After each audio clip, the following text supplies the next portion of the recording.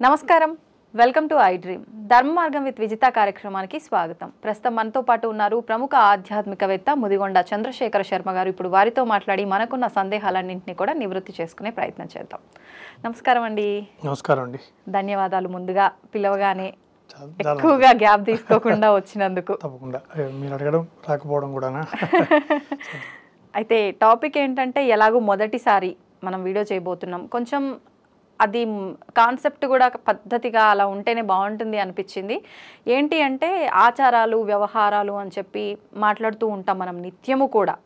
అయితే ఈ మాట్లాడుతున్న సంభాషణలో అర్థమైంది ఏంటి అంటే, ఈ ఆచారాలు ఇవన్నీ అనేవి మన హిందూ ధర్మానికి సంబంధించినవా, లేదు అనంటే మనమున్న ప్రాంతానికి లేదు మన కుటుంబ వ్యవస్థకి వంశం అంటుంటారు, అలా వంశం పారపర్యంగా వచ్చే ఆ ఒక వ్యవస్థన ఏంటి అసలు ఈ ఆచారము అనంటే? ముందుగా ఐ డ్రీమ్ ప్రేక్షకులందరికీ కూడా నమస్కారం. సాధారణంగా వాగర్ధావివ సంపృక్తో వాగర్ధ ప్రతిపత్తజే జగతః పితరౌ వందే పార్వతీ పరమేశ్వరం. సాధారణంగా ఈ ఆచారము అనేది చాలా విశేషమైనటువంటిది అని మన మన మన ధర్మంలో మనం దాన్ని వ్యవహరిస్తూ ఉంటాం. ప్రతి దాంట్లోనూ ఆచారము అని ఆ మాట మాత్రం అంటూ ఉంటాం, వినిపిస్తూ ఉంటుంది. ఈ ఆచారము అంటే దాని అర్థం ఏమిటి, ప్రామాణికం ఏమిటి, ధర్మశాస్త్రాలు ఏం చెప్తున్నాయంటే, అంటే శ్రేష్టమైనది, ఉత్తమమైనది అని అర్థం. చరహ అంటే నడవటం లేదా అనుసరించడము అని అర్థం. ఉత్తమమైన దానిని అనుసరించడం లేదా అనుకరించడం, శ్రేష్టమైన దానిలో నడవటం, శ్రేష్టమైన దానిలో నడవటము అనేది ఆచారం యొక్క నానుడి. ఈ ఆచారము, అందుకే గురువును తన దగ్గరికి వచ్చినటువంటి విద్యార్థులకు ఏం చెప్తాడు, తను ఏదైతే ఉత్తమమైనటువంటి ధర్మ మార్గం ఉందో తాను ఆచరిస్తూ తన శిష్యులకు ఆచరింపచేస్తాడు. అందుచేత గురువుని ఏమంటున్నాం, ఆచార్య అని సంబోధిస్తున్నాం. అవునండి, తాను ఆచరించి తన శిష్యులకు చూపిస్తున్నాడు కాబట్టి. అందుకే ధర్మశాస్త్రాలు ఏం చెప్తున్నాయి, యద్యాచరతి శ్రేష్ఠ తత్తదేవ ఇతరో జనాః అని ధర్మశాస్త్రాలు అంటున్నాయి. అంటే ఏమిటి, శ్రేష్ఠులైన వాళ్ళు ఏది చేస్తారో ప్రజలంతా దాన్ని అనుసరిస్తారు. వాస్తవం. ఇది ధర్మము, ఇది ఆచారం యొక్క ప్రామాణికం. శ్రేష్ఠులైన వాళ్ళు ఏది చేసినా మనం దాన్ని ఫాలో అవుతూ ఉంటాం. అందుకే యథా రాజా తథా ప్రజ అని కూడా అన్నారు. రాజు ఎలా ఉంటే ప్రజలు కూడా అలాగే ఉంటారు కదా, అలా నడుస్తారని ఒక నానుడి ఉంది. అందుకోసం ఆచారం అనేది నడవడిక, ఒకరిని అనుసరించడం ఆచారం యొక్క ప్రామాణికం. అందుకే ధర్మశాస్త్రాలు ఆచారం గురించి చాలా గొప్పగా చెప్పాయి. ఆచార పరమో ధర్మ అంటున్నాయి ధర్మశాస్త్రాలు. ఆచార పరమో ధర్మ, పరమధర్మమైనటువంటిది ఆచారం. అంటే ధర్మానికి మూలం ఆచారము ఉంటుంది శాస్త్రం. ధర్మానికి మూలం ఆచారం. ఆచారం అనుసరించినదే ధర్మానికి అర్థం లేదు అంటే, సాధారణ ఇక్కడ మళ్ళీ ఒక ప్రశ్న వస్తుంది. ఏమిటంటే, ధర్మానికి ఆచారం మూలమా, ఆచారానికి ధర్మం మూలమా? నిజంగానే ఏది మూలం అంటారు? ఒక సందేహం వస్తుంది. ఆచారానికి ధర్మం మూలమా, ధర్మానికి ఆచారం మూలమా? అంటే నేను ఇప్పుడు ఆచరిస్తున్నటువంటి ఆచారాలన్నీ ధర్మ ప్రతిపాదితమైనవే కదా. మరి ఆచారం ధర్మానికి మూలమైందా, ఆ ధర్మానికి ఈ ఆచారానికి ధర్మం మూలమా అనేది మనం ఒకసారి ఆచరిస్తే మనం చూస్తే ధర్మం ఎక్కడి నుంచి వచ్చింది, మనం ధర్మము అని దేని అంటున్నాం అనేది మనం ఒకసారి విచారిస్తే, ధర్మము అని ఎక్కడుంది, వేద ప్రతిపాదితమైన ధర్మమే ధర్మం. వేదోఖిలమూలం ధర్మ అని అన్నాయి శాస్త్రం. వేదో అఖిలమూలం ధర్మ. వేదములు చదివినా, వేదములు మొత్తం సారమంతా, వేదసారము మరియు పురాణ ఇతిహాసాదులు వేదాంగ శాస్త్రాలు ఏది చూసినా, పురాణాదులు ఏది చూసినా అందులో ఉండేదేమిటి, ధర్మమే. ఏది చెప్పినా ధర్మమే చెప్తుంది. అంటే ప్రతిదానికి ఒక ఆధారం ఉంది. ఏది చెప్పినా అంటే వేదములో ఏం చెప్పినా ఓవరాల్గా లాస్ట్కు చెప్పేది ధర్మమే. అందుకే వేదం ప్రతిపాదించింది ధర్మం. వేదో అఖిల మూలం ధర్మ అని శాస్త్రం చెప్తుంది. అలాంటి ధర్మానికి ఆచారం మూలమైంది. ధర్మానికి ఆచారం ఎందుకు ధర్మానికి ఆచారం మూలం ఎలా అవుతుంది అంటే, ఇప్పుడు మనం ఉన్నాం, నన్ను ఎందుకు పిలిచారు? మీరు చెప్పే విధానం నచ్చింది, మాట్లాడే పద్ధతి, అంటే జనాలకు తెలియంది తెలియజేసే నడవడిక ఉంది అనిపించి. సంతోషం. కాబట్టి నన్ను అంటే నేను ఇప్పుడు ఫలానా ధర్మంలో ఉన్నానని, నేను ఫలానా ధర్మాన్ని మాట్లాడుతున్నానని, ఫలానా ధర్మం గురించి తెలుసుకోవాలని కదా నన్ను పిలిచింది. కరెక్ట్. అంటే నన్ను చూసి ఈయన ఫలానా ధర్మికుడు, ఈయన ధర్మాన్ని ఆచరిస్తున్నాడు అని మీరు అర్థం చేసుకున్నారు కదా. కాబట్టి నేను ఇలా ఉండటం వల్ల ఈ ధర్మానికి అస్తిత్వంగా ఉంటుంది. నా ధర్మం నేను ఇలా ఉండడం వేషో భాష సదాచార రక్షణీయమిదంత్రయం. వేషము, భాష, సదాచారం ఈ మూడింటిని మనం పరిరక్షించినప్పుడే ధర్మానికి సార్థకత ఉంటుంది. ధర్మానికి అదే మూలం. వాస్తవం. అది అర్థమైందా? నేను నా ఇష్టం వచ్చినట్టు ఉంటానంటే ధర్మానికి అస్తిత్వం కాదది. ధర్మాన్ని నీవు నిలబెడుతున్నట్టు కాదు, ధర్మానికి మూలం కాదది. నా మనస్సులో భగవంతుడు ఉంటాడండి. నేను ఆ దేవాలయానికి వెళ్ళినప్పుడల్లా బొట్టు పెట్టుకోవాలా, ప్యాంట్ షర్ట్లు వేసుకొని నమస్కారం చేసుకున్నంత మాత్రాన భగవంతుడు నాలో లేడంటే ఎలాగా? వద్దన్నాడా దేవుడు? ఇలా వస్తే వద్దన్నాడా అంటే అలా వస్తే వద్దని చెప్పలేదు, అలా ఉండొద్దని. కాకపోతే నీవు ఏ ధర్మాన్ని అయితే అనుసరిస్తున్నావో ఆ ధర్మము యొక్క అస్తిత్వాన్ని కాపాడుకోవాలంటే ఇవి ఆచరించాలి. నేను ఫలానా ధర్మ ఆచరికుండని ఎదుటివాడికి ఎలా తెలుస్తుంది? నా వేషాన్ని చూసే కదా వాడు అర్థం చేసుకుంటాడు. కాబట్టి నా వేషము ధార్మికంగా ఉంటుంది, చూడగానే ఆహ్లాదకరమైన వేషమై ఉండాలి. అందుకే శాస్త్రం ఏం చెప్పింది? వేషో భాష సదాచార ఈ మూడే ధర్మానికి పునాది. కాబట్టి నా భాష ఎలా ఉండాలి? వేదాంగాలు నేర్చుకున్నటువంటి మహామహా పండితులు సైతం ఆమోదించదగినటువంటి భాష ఉండాలి. ఎంతో జ్ఞానంతో కూడి ఉండాలి.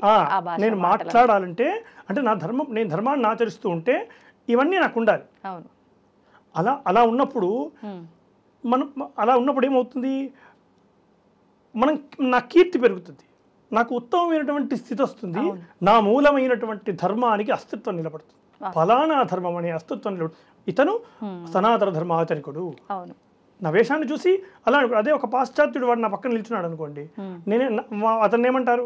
పాశ్చాత్యుడు అంటారు, నన్నేమో ధార్మికుడు అని అంటారు. అవునా? అదే పాశ్చాత్యుడు ఒక బొట్టు పెట్టుకొని ఒక చిన్న పంచ కట్టుకొని ఉన్నాడు అనుకోండి, అతడు కూడా సనాతన ధర్మాన్ని ఆచరిస్తున్నాడు అని అంటున్నారు. అంటే ఎందుకు?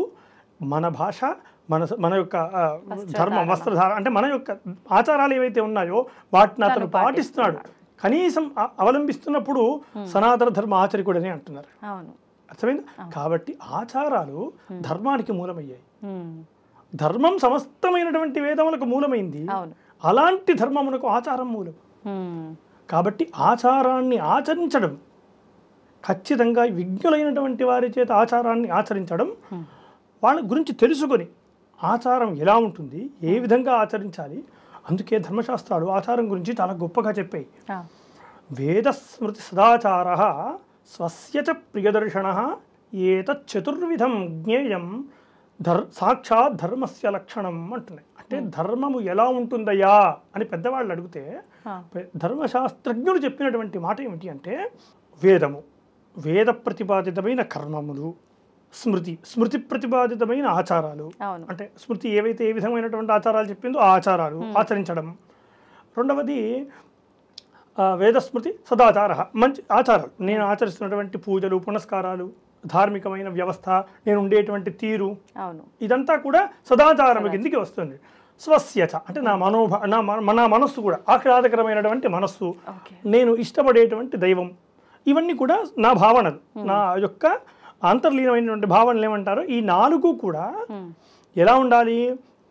ధార్మికంగా ఉండాలి. ఈ నాలుగు ఉన్నటువంటి వాడు, ధార్మికంగా ఉన్నటువంటి వాడు ఏమవుతున్నాడు? అదే ధర్మ లక్షణము ఉంటుంది. ధర్మం ఎక్కడుంది? ఈ నాలుగు ఎక్కడైతే స్థిరంగా ఉన్నాయో అక్కడ ధర్మం ఉన్నది. అదే సాక్షాత్ ధర్మస్య లక్షణం అంది శాస్త్రం. ధర్మస్వరూపము అక్కడ కనబడుతుంది.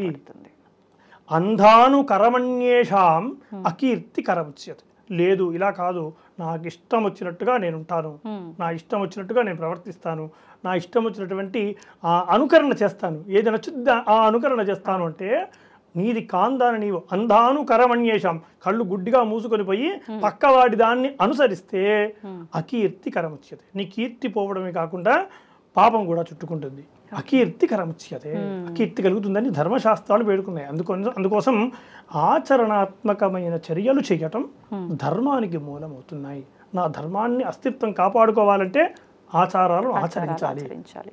అది ఆచారాలు సాక్షాత్తు రాముడు దేవుడు అయినప్పటికీ మానవ రూపంలో ఉన్నందువల్ల ఈ ధార్మికతను అంతా పాటించిండు కాబట్టే విగ్రహ రూపంలో ఉన్న ఆ దేవుణ్ణి ధర్మానికి ప్రతిరూపం అని అంటాం కదా.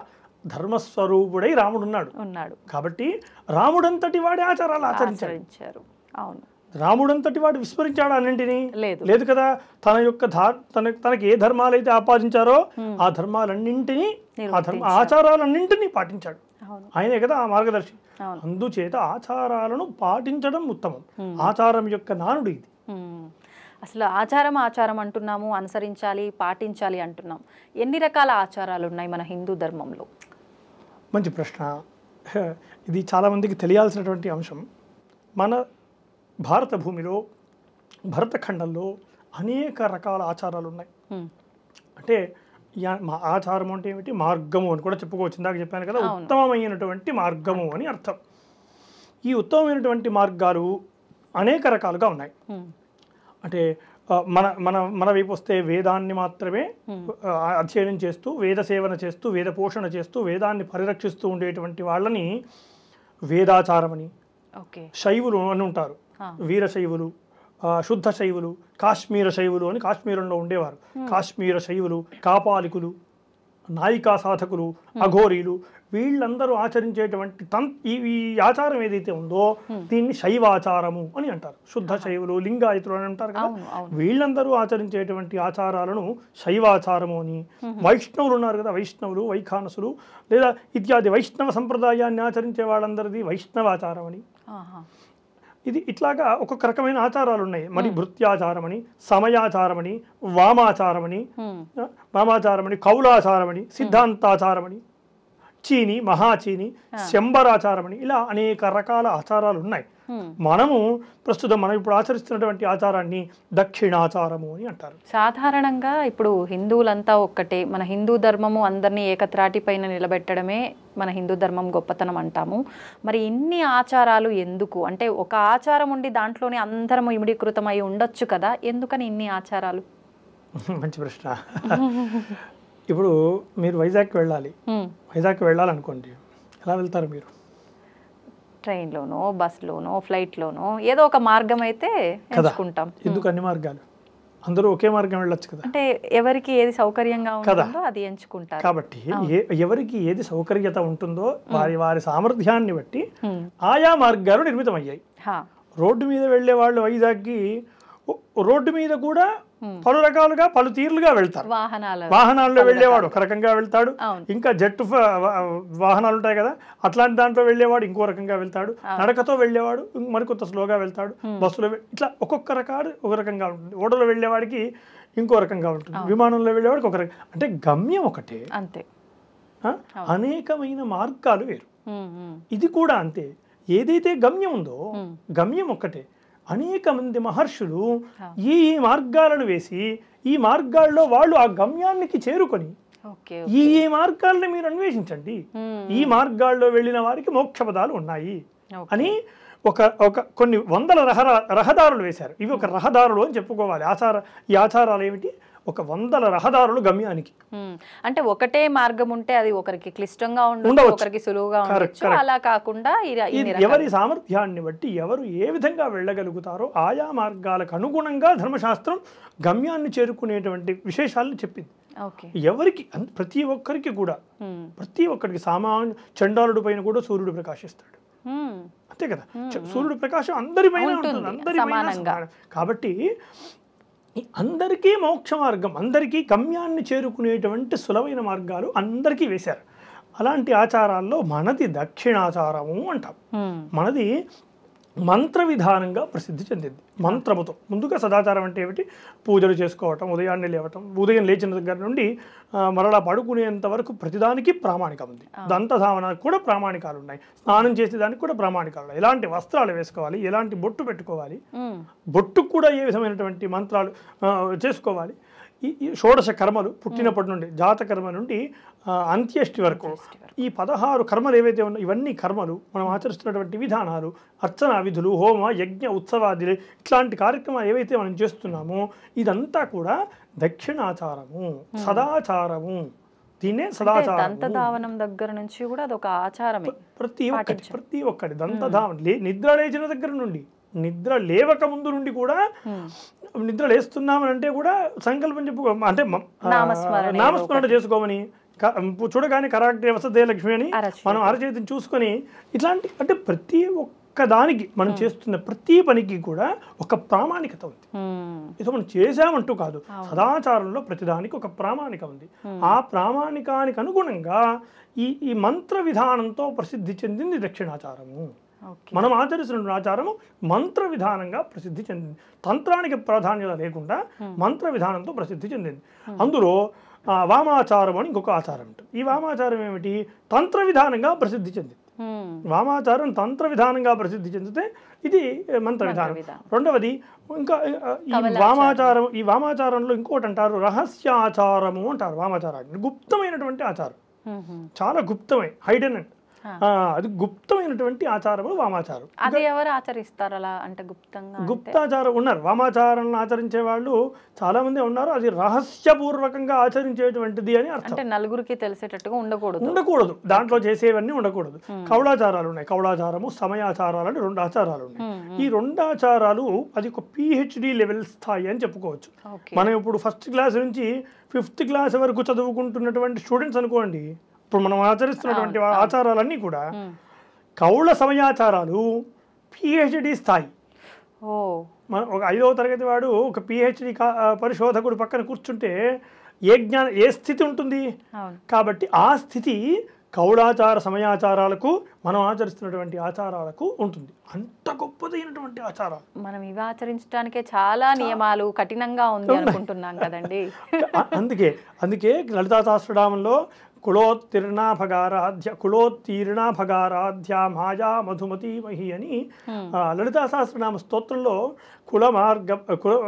కౌళ మార్గం గురించి చాలా గొప్పగా చెప్తారు.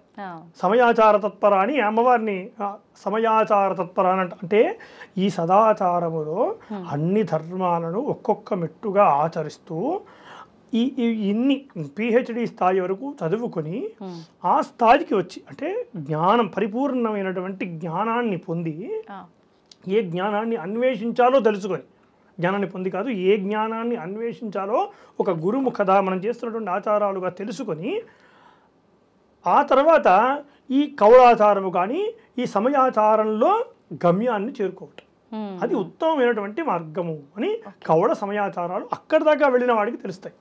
చాలా విశేషమైన ఆచారాలు అవి.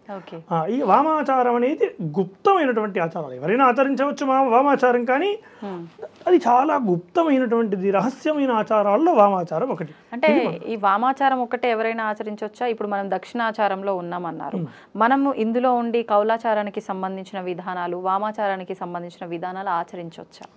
కాదండి, ఇలా 2 పడవల మీద కాళ్ళు వేయకూడదు. ఎప్పుడైనా 2 పడవల మీద కాళ్ళు వేసి వెళ్ళడం ఎవరికి ప్రమాదం? మనకే ప్రమాదం. అవునా? అటు ఇటు ఏ ధర్మాన్ని ఆచరిస్తాం, ఎక్కడికైనా వెళ్ళాలి కదా. కానీ ఏ ధర్మం, ఏ ఆచారమైనా ఒకే ఆచారాన్ని ఆచరిస్తూ అనుసరిస్తూ దానిలోని మర్మాలను తెలుసుకుంటూ ఒక్కొక్క మెట్టు దాటుకుంటూ మనం పైకెక్కాలి. అంటే ఏదైనా ఒకే ఆచారమును ఆచరించాలి. 36 రకాల ఆచారాలు ఆచరిస్తే అగమ్య గోచరం అవుతుంది.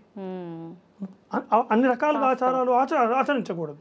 అందుకు అది ధర్మం. ధర్మం చెప్పింది ఏమిటి? ఒక్క దారిలో వెళ్ళు. లేదు కౌళాచారమే వెళ్తావా, ఆ ఆచారంలోనే వెళ్ళు. ఏదైనా ఒకే ఒక్క మార్గాన్ని అనుసరించమని చెప్పేది ధర్మశాస్త్రం. అన్ని రకాల ధర్మశాస్త్రాలు కలిపేసి చేసుకోవడం, ఏది సులభం అయితే అది దాంట్లోకి వెళ్ళిపోవడం అనేది సమంజసమైనది కాదు. ఓకే, అయితే ఇప్పుడు ఆచారాలు ఏంటి, ఎన్ని రకాలుగా ఉన్నాయి మాట్లాడుకున్నాం. అందులోంచి ముఖ్యంగా తీసుకుంటే ఇప్పుడు మీరు మాట్లాడిన దాన్ని బట్టి ఈ 3 ఆచారాల విషయానికి వస్తే, ఇప్పుడు దక్షిణ ఆచారము అని అంటే ఎలాగో ఇప్పుడు మనం ఆచరించేది అంటే సాత్విక రూపంలో, మంత్ర రూపంలో ఆచరణలు, తంత్ర రూపంలో అన్నారు అంటే వామాచారం. అసలు ఏంటి తంత్రము అని అంటే మా అందరికీ గుర్తొచ్చేది, ఇప్పుడు నా మైండ్లో తంత్రము అనగానే ఇదేదో చేతబళ్ళు, నెగిటివ్ ఎనర్జీస్, ఈ రకమైన పూజలు ఏమో అనే ఒక అపోహ ఉంది. అది అపోహనో నిజమో కూడా నాకు క్లారిటీ లేదు. నా అలాగే చాలా మందికి ఉంటుంది. అసలు ఏంటి తంత్రం అంటే ఏంటి, ఏ రకమైన విధానం ఉంటుంది? మంచి ప్రశ్న. తంత్రము అంటే ఈ తంత్రము అనే అక్షరాల్లో త అంటే విస్తరణ, వ్యాప్తి అని అర్థం ఉంటుంది. త్రం అంటే పరిరక్షించుట అని అర్థం. మననాత్రాయతే ఇది మంత్ర. మననము చేత రక్షించున్నది మంత్రం. మననం చేయడం ద్వారా రక్షించున్నది మంత్రం అయితే ఈ తంత్రం ఏమిటి అంటే విస్తరణ వ్యాప్తితో పరిరక్షించున్నది, పరిరక్షించబడేది. అంటే ఏ రకంగా? అజ్ఞానమును వ్యాప్తింపజేయటం. తన్యతే విస్తార్యతే జ్ఞానం అంటే నలుగురికి చెప్పడం అనుకోవచ్చా ఏదైనా ఉంటే? కాదండి, అది గుప్తమైనటువంటిది. తంత్రము అనేదే లుప్తమైనటువంటిది, చాలా లుప్తమైనటువంటిది. తంత్రంలో మీకు మంత్రము లుప్తమైపోయి తంత్రము ముద్రా విధానమైనటువంటి తంత్రాలు చేస్తూ ఉంటారు. అసలు తంత్రం అంటే ఏమిటంటే, తంత్రం ఏం చెప్తుంది అంటే తన్యతే విస్తార్యతే జ్ఞానం. అయితే ఈ విస్తరణను జ్ఞాన విస్తరణ, ఏ జ్ఞానము? ఆత్మజ్ఞాన విస్తరణ చేస్తూ దాన్ని పరిరక్షించేటువంటి వాడు చేసేదే తంత్రము.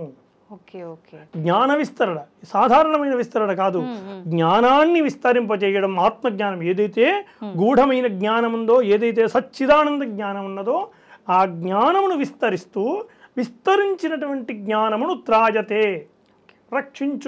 రక్షించబడేటువంటి వాడు ఎల్లవేళ రక్షించబడతాడు.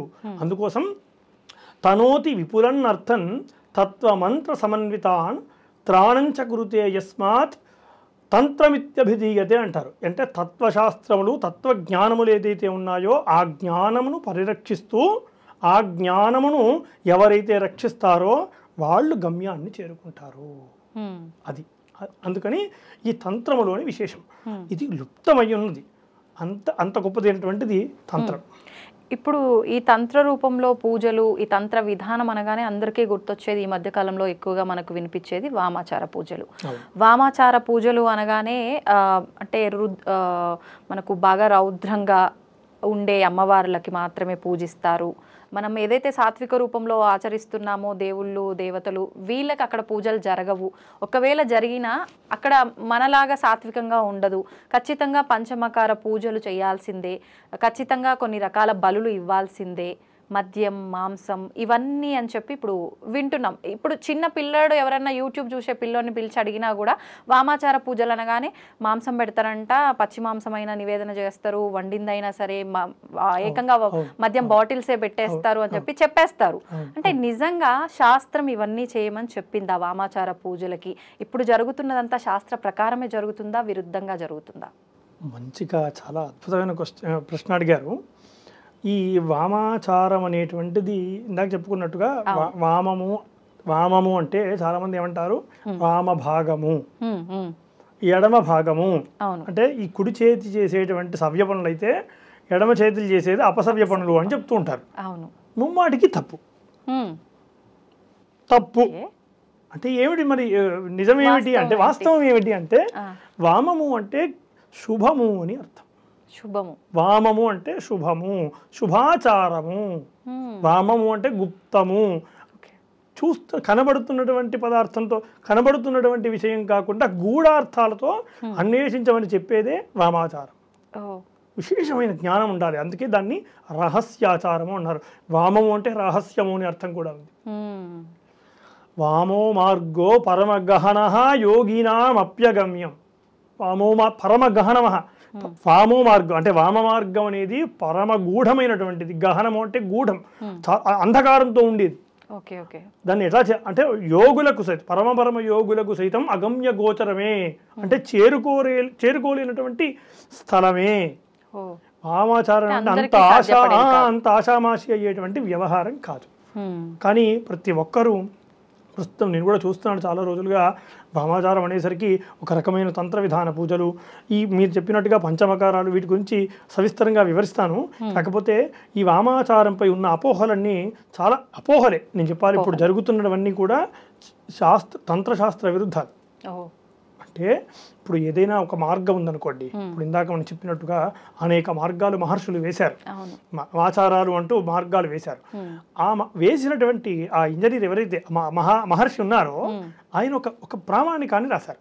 ఏ మార్గానికైనా ఒక ప్రామాణిక గ్రంథం ఉంటుంది కదా కదా. అలాగే వామాచారానికి కూడా అనేక తంత్ర గ్రంథాలు ఉన్నాయి, అనేక తంత్ర గ్రంథాలు. భైరవ వ్యామల తంత్రమని, కులార్ణవ తంత్రసారమని, రుద్ర యామల తంత్ర గ్రంథాలని, ఇలాంటి అనేకమైన తంత్ర గ్రంథాలు ఆయా ధర్మాలు ఎలా ఆచరించాలి, అందులో ఉన్న అర్థాలను ఎలా అన్వేషించాలి అనేది, అంటే ఆ మార్గంలో ఎలా ప్రయాణించాలి అని దాంట్లో ఉంటాయి. కానీ దాన్ని ఎవరు చదవకుండా, మన ముందు మాట అని ఉంటుంది పుస్తకంలో, ముందు మాటను ఎవరు చదవరు. ముందు మాటను ఎవరు చదవకుండా డైరెక్ట్గా మనకి ఏం కావాలో ఆ పేజీలో వెతుక్కుంటూ వెళ్తాం. కానీ ముందు మాటను చదివితే అసలు ఆ పుస్తకం ఎందుకు వచ్చింది, ఆ పుస్తకం ఏం చెబుతుంది, ఆ పుస్తకం రచించినటువంటి అతని అభిప్రాయం ఏమిటి, అర్థమైంది? ఆ పుస్తకంలో నీవు ఎలా చదవాలి, పుస్తకాన్ని ఎలా అర్థం చేసుకోవాలి అని ముందు మాటలో చెప్తాడు. అంటే షార్ట్ అండ్ స్వీట్ గా అసలు ఈ పుస్తకం వల్ల మనకు ఉపయోగం ఏంటి అనేది అర్థమవుతుంది ముందు మాట. కానీ ముందు మాట చదువుతామా? చదవం. అలాగే ఈ వామాచారాన్ని కూడా ఆ చెప్పినటువంటి తంత్రశాస్త్రాలను ఎవరు పట్టించుకోకుండా వాళ్లకు తోచిన విధంగా ఆయా ఆ తంత్రాలను అనుసరిస్తున్నారు. అంటే కంటికి కనబడేదాన్ని చూస్తున్నారు. దాన్ని వామాచారాన్ని ఎందుకు ఇందాక చెప్పాను, వామ మార్గో పరమగహన యోగినాం అప్యగమ్యం, యోగులకు కూడా సాధ్యం కానటువంటి మార్గం కదా, నాకెలా సాధ్యం అవుతుంది? యోగులంటే ఎవరు? ఈ సదాచారము, ఈ ఇందాక చెప్పినట్టుగా అన్ని వాటన్నింటినీ ఆచరిస్తూ పిహెచ్డి అంటే ఆ స్థాయికి వెళ్ళి అక్కడ జ్ఞానాన్వేషణ చేసేటువంటి వారు, ఏదో తెలుసుకుని అక్కడ జ్ఞానాన్వేషణ చేసేటువంటి వారు యోగులు కదా. అట్లాంటి యోగులకి అగమ్య గోచరం, వెళ్ళలేనటువంటి స్థితి కదా. మరి అలాంటిది నాలాంటి వాడికి నేను ఏదో చేసేస్తానంటే ఎలా కుదురుతుంది? అయితే ఆ వామ మార్గం ఎలా ఉంటుందో ధర్మశాస్త్రాలు చెప్పాయి. మీకు ఒక చిన్న ఉదాహరణతో చెప్తాను. ఆ ఉదాహరణ చెప్తే అందరికీ తొందరగా కనెక్ట్ అవుతుందన్న ఉద్దేశంతో ఒక చిన్న ఉదాహరణ చెప్తాను. చిన్నప్పుడు మీరు స్కూల్ చదువులు చదువుకునేటప్పుడు ఒక తెలుగు శ్లోకం అందరికీ చెప్పి ఉంటారు, మళ్ళీ ఒకసారి గుర్తు చేసే ప్రయత్నం చేస్తాను. కొండ నుండు నెమలి కోరిన పాలిచ్చు, కొండ నుండు నెమలి కోరిన పాలిచ్చు, పశువు చదువుచుండు శిశువు తోడ, పశువు చదువుచుండు శిశువు తోడ, బ్రాహ్మణుండు వనిత వేదాలు వల్లించుచుండు, వనిత వేదాలు వల్లించుచుండు, బ్రాహ్మణుండు కాకి పలలము తిను అని ఉంటుంది. ఈ పద్యం ఉంటుంది. ఆ పద్యంలో మొదటి పేర ఏమిటి? కొండ నుండే నెమలి కోరిన పాలిస్తుందట. నెమలి పాలివ్వటం ఏమిటండి? అదే కదా కదా, ఇదేమో అర్థం కావట్లేదు కదా. కోరిన పాలిస్తుందట. పశువు చదువుకుంటుందట, ఎవరితో కలిసి? శిశువుతో కలిసి పశువు చదువుకుంటుందట. పశువు చదువుకోవడం ఏమిటి? మూడో పేరాలో వనిత వేదాలు వల్లించుచుండు, అమ్మాయి ఒకవేళ వల్లించింది అని అనుకుందాం, అక్కడ ఓకే, వనిత వేదాలు వల్లించుచుండు. నాలుగో పేరాలో పలలము అని ఉంది. కాకి, బ్రాహ్మణుడు కాకి పలలము తింటున్నాడు. పలలము అంటే మాంసం, కాకి మాంసాన్ని బ్రాహ్మణుడు తింటున్నాడు. ఇది ఇక్కడ ఏం అర్థం కాలేదు కదా. ఇదేమిటి అగమ్య గోచరంగా ఉందంటే, పెద్దగా శ్రమ లేకుండా ఆ అర్థాన్ని ఎలా గ్రహించాలంటే, కొండ నుండు నెమలి, అక్కడ కామ పెట్టాలి. అలా పెడితే ఏమవుతుంది? నెమలి కొండా కోణంలో తిరుగుతూ ఉంటుంది. అయిపోయిందా? కొండ నుండు నెమలి కోరిన పాలిచ్చు పశువు, పశువు దగ్గర కామ పెట్టాలి. పశువు కోరిన అడిగినప్పుడు అడిగిన వెంటనే పాలిస్తుంది. అర్థమైనా? శిశువు చదువుచుండు పశువు చదువుచుండు శిశువుతో, పశువు చదువుచుండు శిశువుతోడ వనిత, చదువుచుండు శిశువుతోడ వనిత, వనిత దగ్గర కామా పెడితే ఏమైంది? శిశువుతో కలిపి వనిత చదువుకుంటుంది అని అర్థం. బ్రాహ్మణుడు అదే వేదాలు వల్లించుచుండు బ్రాహ్మణుడు, మళ్ళీ బ్రాహ్మణుడు దగ్గర కామ పెడితే వేదాలు వల్లించేవాడు బ్రాహ్మణుడు అవుతాడు. కాకి పరలం తిను, కాకి మాంసాన్ని తింటుంది. ఎంత అర్థం అయిపోయిందో. ఒక్క కామాలు పెట్టడం, ఎక్కడ కామా పెట్టాలో తెలుసుకోవడం వల్ల మనం ఎంత అపార్థాలకు లోనవుతూ ఉంటాం. అస్సలు మొత్తానికి అర్థవంతం లేకుండా అయిపోయింది. అర్థం కదా. ఇలాగే వామ మార్గం ఉంటుంది. కనబడేదాన్ని చూసేదాన్ని కాదు, గుప్తార్థాలతో అన్వేషించాలి అని చాలా స్పష్టంగా ధర్మశాస్త్రం చెప్పింది. ముద్ర, మత్స్యం, చేప, ఈ 5 రకాలవి ఇవి పంచమకారాలు అని. అయితే ఈ 5 రకాలు అక్కడ కంటికి కనబడుతున్నటువంటి పదాలతో చూడటం కాకుండా గూఢార్థాలతో అన్వేషించమని వామ మార్గం చెబుతుంది. అంటే కంటి మద్యము అంటే ఎలా అన్వేషించాలి? సాధారణంగా మద్యము బ్రాహ్మణుడికి, ఎవరైనా బ్రాహ్మణుడు మద్యం ఆ యొక్క మార్గంలో అన్వేషించేవాడైతే మద్య సాధన చేయాలనుకోండి, మద్యాన్ని సమర్పించాలనుకోండి, ఎలాగా బెల్లము అల్లము కలిపినటువంటి నీటిని బ్రాహ్మణుడికి మద్యముగా పరిగణించమని చెప్పింది. బెల్లము అల్లము కలిపినటువంటి నీటిని మద్యము, అదే మద్యం. అంతే తప్ప ఏదో దొరికినటువంటి మా విస్కీలు బ్రాండీలు తీసుకొచ్చి తాగడం కాదు. ఇది కాదు అన్వేషించడం. అంటే నివేదన చేయాల్సిన విషయంలో నీవు ఏదైతే నివేదించాలో ఇదే చెయ్యాలి. ఇదే ధర్మశాస్త్రం చెప్పింది. బ్రాహ్మణుడికి బెల్లము అల్లము కలిపినటువంటి నీరు, క్షత్రియులకు కంచు పాత్రలో కొబ్బరి నీళ్లు పోసుకుంటే మద్యము అని అంటారు. క్షత్రియులకి కంచు పాత్రలో కొబ్బరి నీళ్లు పోసుకుంటే అది మద్యంతో సమానం. అలాగే వైశ్యులకు రాగి పాత్రలో తేనె పోసుకుంటే మద్యముతో సమానం. అలాగే శూద్రునికి రాగి పాత్రలో పాలు పోసుకుంటే మద్యముతో సమానము. అంటే పదార్థము పాత్రలో ఎక్కడ ఏ పాత్రలో వేస్తున్నామో పట్టి అర్థం మారిపోతుంది అక్కడ. అదే మద్యము తప్ప విస్కీ బ్రాండీలు మాత్రం కానే కాదు.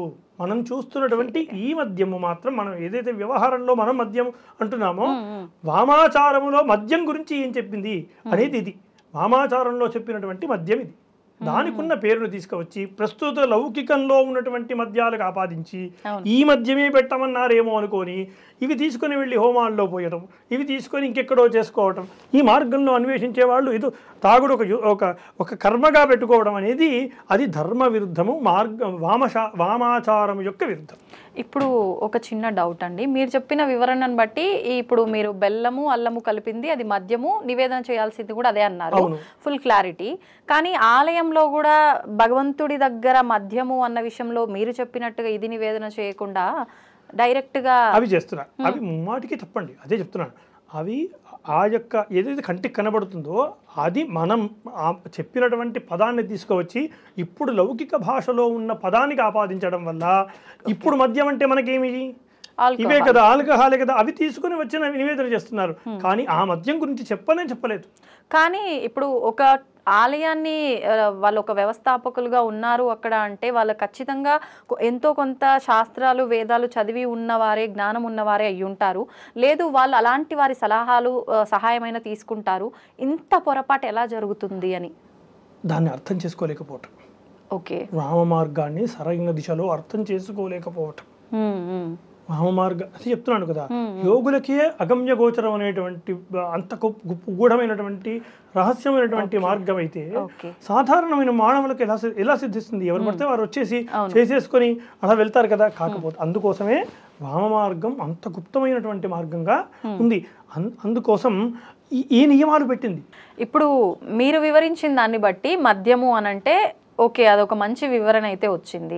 మరి మాంసము అనంటే ఏంటండి? ఇప్పుడు నిజంగా కళ్ళ ముందర పచ్చి మాంసమే అవ్వచ్చు, డైరెక్ట్గా బలిచ్చి దాన్ని వండి అక్కడే నివేదన చేయడం కావచ్చు, ఈ విధానం చూస్తున్నాం. దీని విషయంలో అపార్థం ఎలా చేసుకొని ఉండొచ్చు? 100% ఇందాక మద్యంని ఏ విధంగా అపార్థం చేసుకున్నారో ఈ మాంసం అన్న శబ్దాన్ని కూడా అలాగే అర్థం, అంటే లౌకిక పదానికి ఉన్నటువంటి అర్థాన్ని దానికి ఆపాదిస్తున్నారు. అయితే తంత్రశాస్త్రాలు చాలా చాలా విషయంగా చెప్తాయి, ఏవైనా చెప్తాయి. దాన్ని అర్థం చేసుకోలేని తత్వం మనది. సరైన గురువు దాన్ని వివరణ తెలుసుకొని దాన్ని ఆచరించడం అది యోగులకు మాత్రమే సాధ్యం. అది అర్థం చేసుకోలేకపోవడం అని ఇది. ఇంకోటి ఏమిటి, తంత్రశాస్త్రాలు ఏం చెప్తున్నాయంటే మద్య విషయంలో కామక్రోధ సులోభమోహ పశుకాం చిత్వా వివేకిన మాంసం నిర్విషయం పరాత్మ సుఖదం భుంజంతి తే వై బుధ. మాంసం విషయంలో భైరవ వ్యామల తంత్ర గ్రంథం చెప్తుంది. ఎవరో కాదు, ఈ వామ మార్గానికి ఏదైతే ప్రధాన తంత్రశాస్త్రాలు ఉన్నాయో అందులో ఒకటైన భైరవ వ్యామల తంత్రమే మాంసం గురించి చెప్పినటువంటి శ్లోకం ఇది. ప్రామాణికము, నువ్వు మాంసాన్ని ఏం తీసుకుంటావు అని, నువ్వు మాంసం అంటే ఏది పడితే అది తీసుకోకు, మాంసం అంటే ఎదిరా నాయన అని భైరవ్యామల తంత్రం చెప్పింది. ఏమిటి? కామ క్రోధ లోభ మదము మాత్సర్యం ఏవైతే ఇవి ఉన్నాయో అరిషడ్ వర్గాలు ఉన్నాయో ఈ అరిషడ్ వర్గాలను ఒక జ్ఞానము చిత్వా వివేకిన ఈ అరిషడ్ వర్గాలను మాంసముగా చిత్వా అంటే నరకడం, దేంతో నరకడం? వివేకము అనేటువంటి ఖడ్గంతో నరకడం. అర్థమైందా? వివేకము అనేటువంటి ఖడ్గంతో నరికి, అక్కడ చూడండి చాలామంది ఏమనిపిస్తారు, ఇది మాంసము అని చెప్పారు కదా, మాంసం అన్న దగ్గర ఈ అరిషడ్ వర్గాలను ఈ ఏదైతే చెప్పిందో కామక్రోధ లోభ మదమోహాలని ఈ అరిషడ్ వర్గాల యొక్క పదాన్ని అర్థం చేసుకోలేక ఇది మాత్రమే అర్థం చేసుకుని మాంసం నిర్విషయం పరాత్మ సుఖదం భుంజంతి తే వై బుధః అంటే నిర్విషయం ఆయా ఏవైతే అరిషడ్ వర్గాలు ఉన్నాయో వాటిపైన ఏమాత్రం ఆసక్తి లేనటువంటి వివేకము అనేటువంటి ఖడ్గంతో వాటిని నరికేసి ఆయా వాటిని వదిలేసి, అర్థమైందా? వాటిని వదిలేసి అంటే వాటిని వదిలేసి నిర్విషయం వదిలేసేసి వాటిని పరాత్మ సుఖదం, అప్పుడు ఆ పరమాత్మమైనటువంటి సుఖాన్ని పొందేటువంటిదే మాంసము.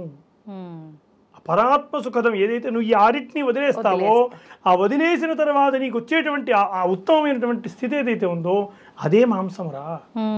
మాంసం అంటే ఈ మాంసం పెట్టమని కాదు, ఎంత చక్కగా చెప్పింది వివేకినా చిత్వాన్ని ఇంత చక్కగా చెప్పింది మాంసం గురించి. అంటే ఒక రకంగా సింపుల్గా మనం నిత్యం వాడే భాషలో చెప్పాలంటే ఒక కల్మషం లేని ఎటువంటి అహంకారము ఏది లేని మనస్సుతో భగవంతుడికి ఆరాధన అంటారు కదా, ఇదేమో అలాంటి ఉత్తమమైనటువంటి స్థితికి చేరుకుని అటు ఏ రకమైన కోరికలు లేకుండా దేహంపై కూడా ఎలాంటి వ్యామోహము లేకుండా దేహంపై ఏ రకమైనటువంటి బాధలు వ్యామోహం లేకుండా ఒక జీవించేవాడు చేసేటువంటి నివేదన మాంసం.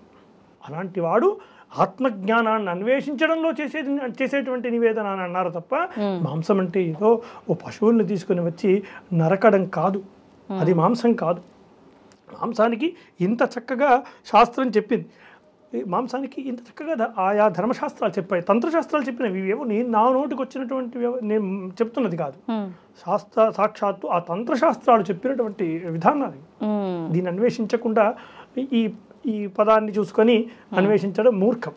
ఇప్పుడు ఒక మాట అంట, మీరేం అనుకోవద్దు, ఇప్పుడు ఇది శాస్త్ర ప్రకారంగా పలానా ఏదైతే దానికి సంబంధించిన మూల గ్రంథం ఉందో అందులో ఉండింది.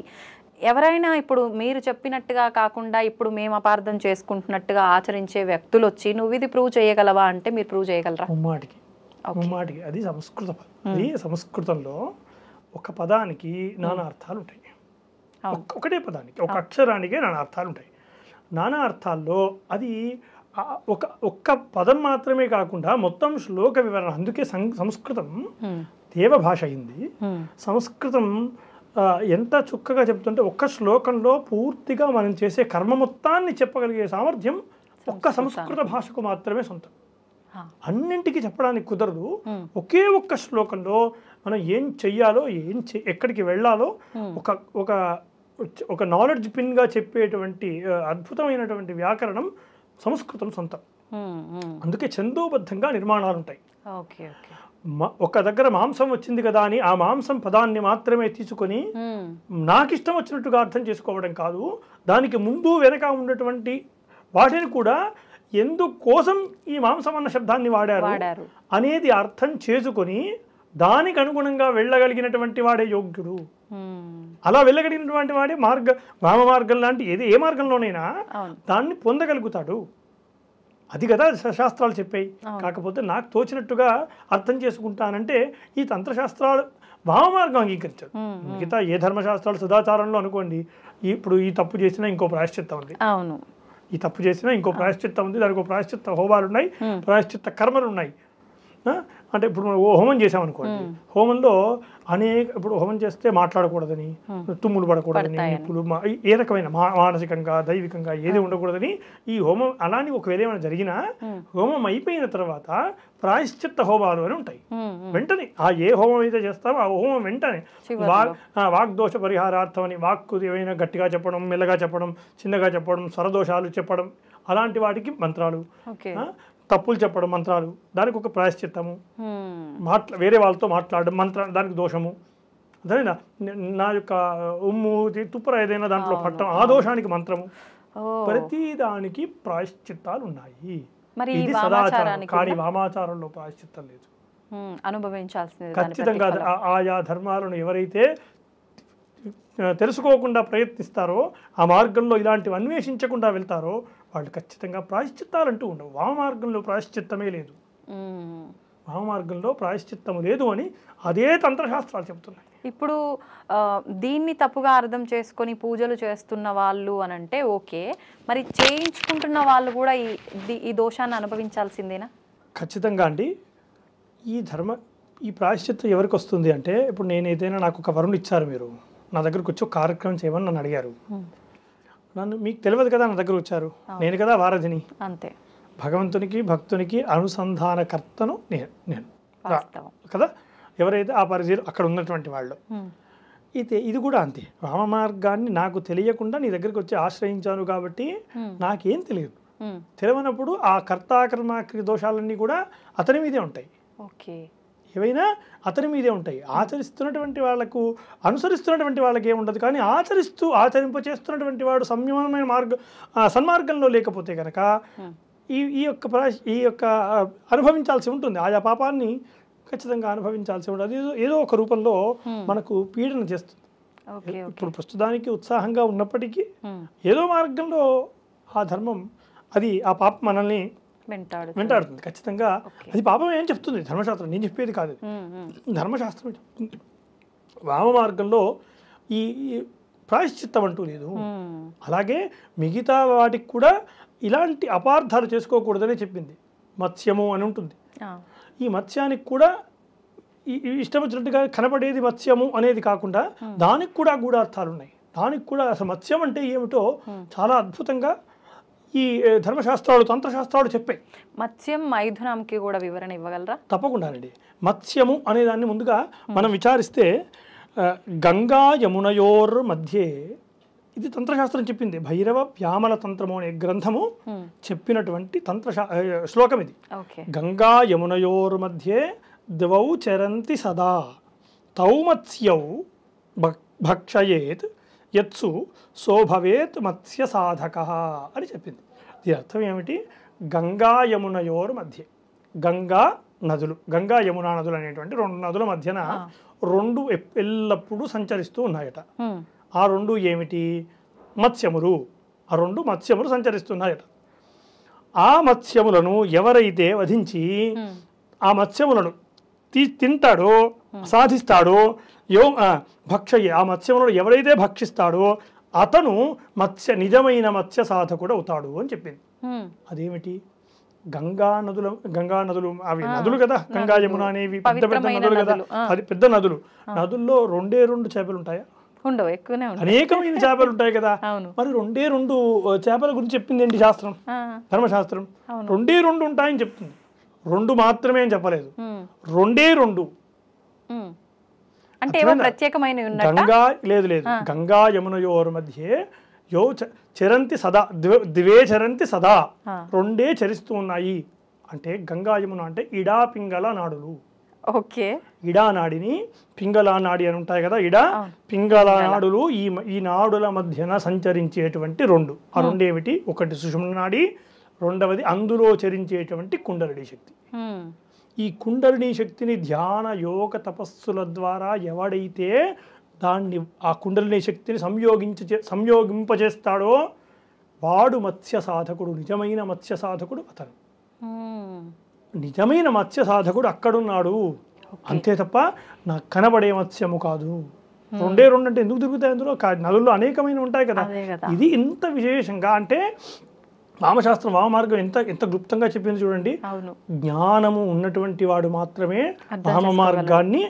వామమార్గాన్ని అనుసరించగలుగుతాడు. విపరీతమైన జ్ఞానం ఉండాలి. అంటే ఇవి సుషుమ్న నాడిని, అందులో చరించేటువంటి కుండలిని శక్తిని ప్రేరేపించడం, ఆ కుండలిని శక్తిని సంయోగింపచేయడం అంటే అది ఒక సాధారణమైన మానవులకు మనకు సాధ్యమయ్యేటువంటి వ్యవస్థ కాదు.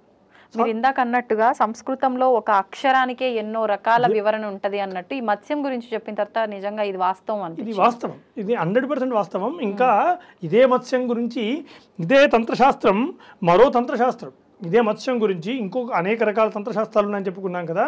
కులమార్గం అనేటువంటి ఒక తంత్రశాస్త్రం ఉంది, కులార్ణవ తంత్ర సారము అనే ఒక గ్రంథం ఉంది. ఆ గ్రంథం ఏం చెబుతుంది? అహంకారో దంభో మద పిశునత మత్సరద్విష షడేతాన్ వీనాన్ వై విషయహర జాలేన విధృతాన్ పచన్ సద్విద్యాజ్ఞౌ నియమిత కృతి ధీవర కృతి సదా ఖాదయేత్ సర్వాత్మచ జలచరాణం కృపిషితం. ఇందులో ఎంత చక్కగా చెబుతుంది చూడండి. అహంకారము, దంభము, మదము, మాత్సర్యము, పిశుత్వము, పిశునారితనము, లోభము అంటాం. ఇవి మాత్సర్యము, ఇలాంటి 6 దుర్గుణములు ఏవైతే ఉన్నాయో ఈ 6 షడేతాన్ని వీనాన్ని వై విషజహరజాలేనా అంటుంది. విషజహరం అంటే ఈ 6 ఆసక్తి లేనటువంటి అర్థమైనా ఇంద్రియ నిగ్రహము అనేటువంటి విషజహర జాలేనా, అలాంటి వలతో జాలం అంటే వల అంటే పెద్దగా ఆసక్తి లేనటువంటి వలతో వాటిని పట్టుకొని విధృతాన్ పట్టుకొని చిత్వ సద్విద్యాజ్ఞౌ సద్విద్య అనేటువంటి జ్ఞానం, సద్విద్య అనేటువంటి అగ్నిలో పచన్ అంటే కాల్చడం. దేంట్లో కాల్చమంటుండ్రు? సద్విద్యాజ్ఞం. సద్విద్య అంటే ఏమిటి? జ్ఞానము. ఏదైతే ఆత్మజ్ఞానం ఉన్నదో ఆ ఆత్మజ్ఞానం అనేటువంటి అగ్నిలో ఈ 6 పడేసి కాల్చడమే మత్స్య సాధకుడి లక్షణము. అదే తప్ప నాకు కనబడేటువంటి మత్స్యం కాదు. మత్స్యం గురించి తంత్రశాస్త్రం ఇంత గొప్పగా చెప్పింది. నాకు కనబడుతుంది మత్స్యం కాబట్టి మత్స్యాన్ని ఈ రకంగా వండమన్నది, ఈ రకంగా వండి నేను భగవంతుడికి నివేదన చేస్తానంటే అది కాదు ధర్మశాస్త్రం చెప్పింది. ఎంత క్లుప్తంగా చెప్పింది చూడు. విషయహర జాలేనా అహంకారో దంభం, ఎంత ఆ పెదాన్ని పలికింది కదా. అహంకారము, దంభము ఇవి ఏవీ లేనటువంటి, నాకు ఆసక్తే లేనటువంటి వాటిపై ఆసక్తి లేనటువంటి ఇంద్రియ నిగ్రహము అనేటువంటి వలతో పట్టుకోవాలట. చూడండి మత్స్యాలను ఏంటి ఆయా వలతో పట్టుకొని పచన్ కాల్చమని ఎంత చక్కగా చెప్తుందో చూడండి. ఇది కదా మనం గ్రహించాల్సింది ఆయా తంత్రశాస్త్రాల్లో. కాకపోతే వీటిని వదిలేసి ఈ లౌకికంగా ఏదైతే ఉందో దాన్ని ఆచరిస్తున్నటువంటి వాళ్ళు ఉన్నారు. ఇలాగే మీరన్నా ఇందాక చెప్పినట్టుగా మైథునం అనేది ఏదైతే ఉందో దానిపై కూడా ఇలాగే వక్ర ప్రచారాలు చేస్తున్నారు. అంటే అర్థం చేసుకోలేనటువంటి తత్వం. వామమార్గం ఇందాక చెప్పినట్టుగా మనకు కనబడేట్టుగా చూసినది కాదు. మైథునం కూడా అలాంటిది. ఇక మైథునం విషయంలో కూడా చాలా అద్భుతంగా చెప్పింది.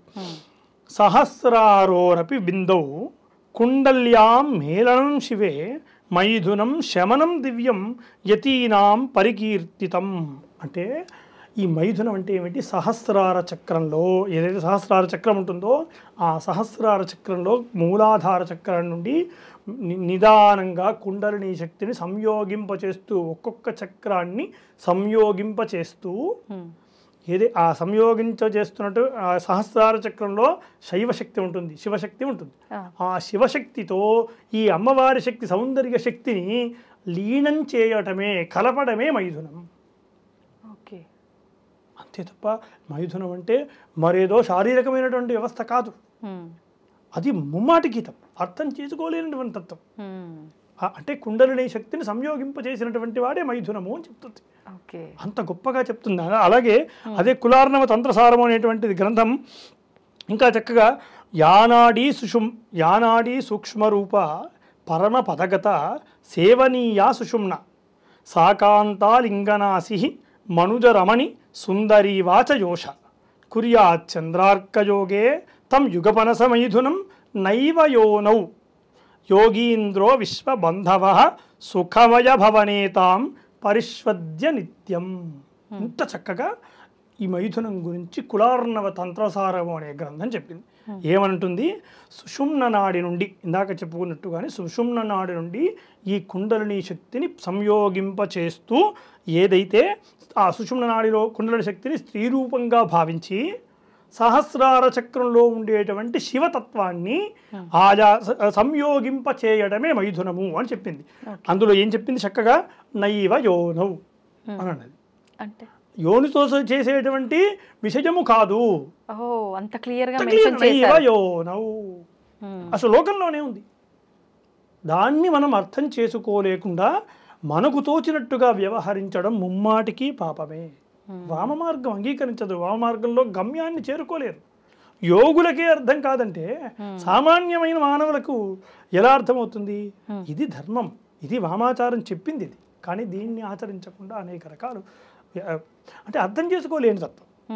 అదేవిధంగా ముద్ర అని ఉంటుంది, 5వది ముద్ర అని ఉంటుంది. ముద్ర అనేసరికి అనేకమైన పిచ్చి పిచ్చి ముద్రలు తీసి ముద్రలు వేయటం, అనేక రకాల ముద్రలు ఉన్నాయని చెప్పి చెప్పుకోవడం, ఇది ఏదీ కాదు. ముద్ర అనే దానికి కూడా ఇది కులార్ణవ తంత్రసారం ఏం చెబుతుంది అంటే, అష్టధాన్యాదికం యచ్చ చర్వాణీయం ప్రయక్షతే సా ముద్ర. 8 రకాల ధాన్యాలు ఉంటాయి, అష్టధాన్యాలు అని ఉంటాయి. ఈ అష్టధాన్యాల్లో అన్నము, చింతపండు, ఇలాంటివి ఒక 8 రకాల ధాన్యాలు ఉన్నాయి. ఈ 8 రకాల ధాన్యాలు కలిపినటువంటి మిశ్రమమునే ముద్ర అని అన్నారు. అంతే తప్ప ముద్ర అన్న పదము ప్రస్తుత కాలంలో అనేక రకాల ముద్రలు వేయటం ఇవి కాదు విశేషం, ఇది కాదు. 8 ధాన్యాలు కలిపినటువంటిది ముద్ర అనే పదం వచ్చేటట్టుగా చెప్పారు. ఇలా గూఢార్థాలతో చెప్పారు కాబట్టి గూఢంగా అన్వేషించాలి. అర్థమైనా? ముద్ర అంటే పిచ్చి పిచ్చి ముద్రలు వేయటం కాదు. ఇలాగ పంచమకారాల్లో అనేకమైనటువంటి అర్థం చేసుకోలేనటువంటి తనంతో తోచినట్టుగా వ్యవహరిస్తున్నారు. అది ముమ్మాటికి వామ మార్గంలో గమ్యాన్ని చేరకపోవడమే కాకుండా పాపాన్ని కూడా మూట కట్టుకున్నటువంటి వాళ్ళం అవుతున్నాం. అందులోనూ వామ మార్గంలో ఇందాక చెప్పుకున్నట్టుగా ప్రాయశ్చిత్తం అంటూ లేదు. ప్రాయశ్చిత్తం లేనటువంటి మార్గంలో ఎంత జాగ్రత్తగా ఉండాలి. అసలు ప్రాయశ్చిత్తమే లేదు అక్కడ. అలాంటి మార్గంలో చాలా ఉత్తమంగా ఉండాలి. కానీ ప్రస్తుత కాలం, ఈ ఆధునిక యుగంలో ఇలాంటి విషయాలకు ఎక్కువగా అట్రాక్షన్ అవుతున్నారు, ఎక్కువగా వ్యవహరిస్తున్నారు. కాకపోతే అది ముమ్మాటికి తప్పు. వామ మార్గం అంటే పూర్తిగా చేతబడులు చేయటం అంటే అది తంత్ర విధానంగా ప్రసిద్ధి చెందింది కదా. అంటే తంత్రం అంటే ఇందాక చెప్పుకున్నట్టుగా తంత్రం అంటే జ్ఞాన విస్తరణ చేయటం. తంత్రం అంటే ఏమిటో మంత్రాలతో ఇష్టం వచ్చినట్టుగా ముద్రలు వేసేసుకొని చేసేటువంటి విధానం కాదు, జ్ఞానంతో చేసేటువంటి అర్చన తంత్రం అంటే. తంత్రము అన్న దానికి అంత గొప్పది ఉంది. కానీ ఈ వామ మార్గం అనేసరికి భూత ప్రేత పిశాచాదులు, ఈ చేతబళ్ళు ఇవన్నీ చేస్తారనేటువంటి అపోహ ఇది పూర్తిగా అపోహ. అంటే అర్థం చేసుకోలేనటువంటి తత్వం. పూర్తిగా అర్థం చేసుకున్నటువంటి వాడు మనతో ఈ విధంగా మాట్లాడరు. వామ మార్గం గురించి అర్థం చేసుకొని దాన్ని అన్వేషించేవాడు అసలు ఈ లౌకికమైనటువంటి విషయాల్లో ఎందుకు ఉంటాడు? ఈ లౌకికమైనటువంటి విషయాలు ఎందుకు చర్చిస్తారు? కానీ వామ మార్గంలో మేము అనుసరిస్తున్నాం, మిమ్మల్ని కూడా తరింపజేస్తామనేటువంటి వాళ్ళు ఎవరైతే ఈ వామ మార్గాన్ని అనుసరిస్తున్నారో ముమ్మాటికి ఇప్పుడు ప్రస్తుతం జరుగుతున్నటువంటి వ్యవస్థ అంతా కూడా అర్థం చేసుకోలేని తత్వం. అంతే, అర్థం చేసుకోలేకపోవటం. ఇప్పుడు పంచమకారాల వివరణ అయితే చాలా చక్కగా ఇచ్చారు. మరి ఈ వామాచారంలో పంచబలులు ఉన్నాయి అంటారు. అంటే అవసరమైతే నరబలి, దున్నపోతు అని రకరకాలుగా ఇలా ఒక 5 రకాల బళ్ళు ఉన్నాయంటారు. అంటే ఇది కూడా అర్థం చేసుకోలేని తత్వం వల్లే ఈ పోకడ నడుస్తోందా? ఎలా? ముమ్మాటికి అదే. అసలు బలులు కానీ ఇట్లాంటి వ్యవస్థ కానీ చేతబడుల అంశాలు కానీ ఈ నరబలు లాంటి ఏదైతే ఏ బలులు కూడా ఏ రకమైన బలులు ఏ రకమైనటువంటి అధర్మ కర్మలను వామ మార్గం చెప్పలేదు. ఏ రకమైన చిన్న చిన్న జీవహింసను కూడా చేయొద్దని చెప్పింది. వామ మార్గంలో ఉన్నటువంటి వాళ్ళు అంత గొప్పగా ఉండాలని చెప్పింది. చిన్న చిన్న జీవహింసలు కూడా చేయొద్దని. అట్లాంటిది ఇన్ని రకాల బడులను ఎందుకు ప్రోత్సహిస్తుంది వామ మార్గం? దాన్ని అర్థం చేసుకోలేకపోవటం. అర్థం చేసుకోలేక మిగతా ఆచారాల్లో ఉన్న వాటిని వేరే వేరే ఆచారాల్లో ఉన్న వాటిని తీసుకొని వచ్చి ఈ వామాచారంలో ఆపాదింపచేయటం, ఇది వామాచారం ఏమో అనేటువంటి కల్పితం చేయడం, భ్రమలను సృష్టించేటువంటి వ్యవస్థ చేస్తున్నారు. కానీ ముమ్మాటికి వామ మార్గము అలాంటివి ప్రోత్సహించదు. వామ మార్గంలో అవేవీ లేవు. అంటే ఎవరైనా ఆచరించవచ్చు ఒకవేళ ఆచరించాలి అనుకున్న వాళ్ళు, కానీ ఈ ఆచరణ అదే అండి. ఇప్పుడు నేను ఏదైతే చెప్పాను, ఈ రకమైన ఆచరణ ఎవరు చేయగలరు? ఉత్తమమైన యోగ్యులైన జ్ఞానులు మాత్రమే చేయగలరు. దానిపై అవగాహన ఉండి ఎలా అన్వేషించాలో తెలుసుకున్నటువంటి వాడు మాత్రమే కదా చేయగలడు. అలాంటి వాళ్ళు నిస్సంకోచకంగా చేయొచ్చు, అసలు అభ్యంతరం లేకుండా చేయొచ్చు. అలాంటి వాళ్ళు ఒకవేళ చేసేవాళ్ళు ఈ లౌకిక జీవనంలో ఉండరు.